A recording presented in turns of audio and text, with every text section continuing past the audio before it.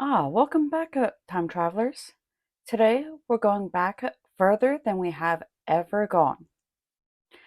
We're going back 1,156 years to 867 when Andre II was elected the Roman Catholic Pope.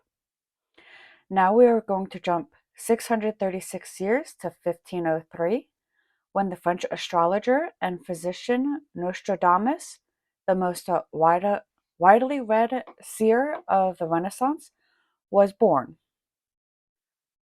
We now are going to jump to his 65th birthday when the casket letters found to be damaging the career of Mary, Queen of Scots, were produced at Westminster before a body of English commissioners appointed by Queen Elizabeth I. Now we move 231 years later when George Washington, the U.S. first president, passed away at the age of 67. In 1895, George VI, who became King of the United Kingdom on December 11th, 1936, following the abdication of the throne by his brother Edward VIII, was born. In 1937, Japan sent an apology and promise of repayment to the United States in regard to the sinking of the U.S. Navy riverboat Panny that was stationed on a river in China with 3 Standard Oil Company tankers. So shocking was the unprovoked attack that many expected Washington, meaning Washington, D.C., to declare war then and there. Had it done so, the Panny's place in history might not have been eclipsed by the events 4 years later.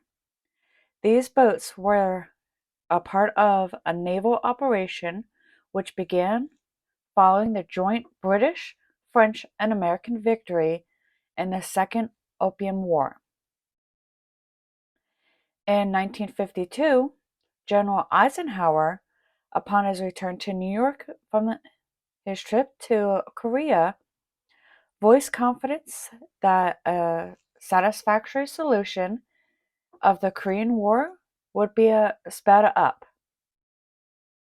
Now we move to 1967, when King Constantine, his family, and Prime Minister Kolas fled from Greece to Rome after failing to overthrow the military government.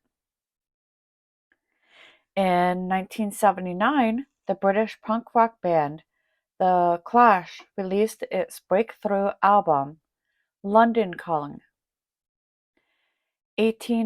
1985 was when Wilma Mankiller became the first woman ever to serve as chief of a major Native American tribe when she was sworn in as principal chief of the Cherokee Nation.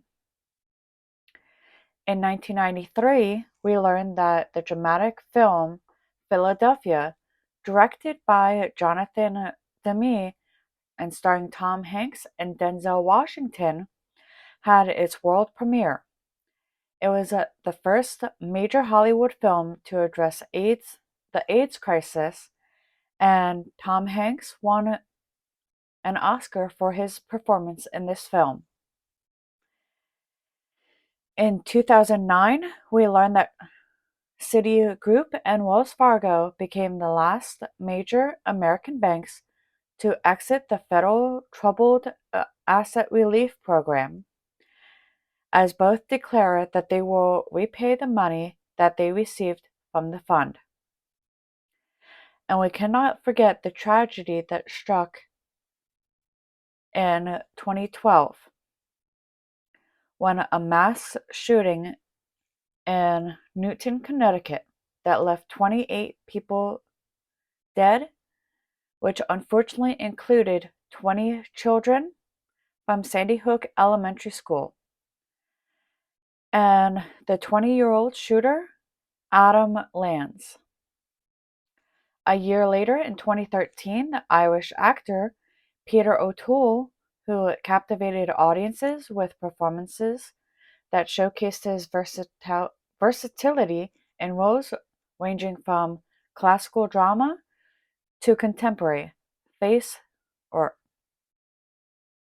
during a 7-decade stage and screen career, passed away at the age of 81, which brings us back to 2023 and our current history.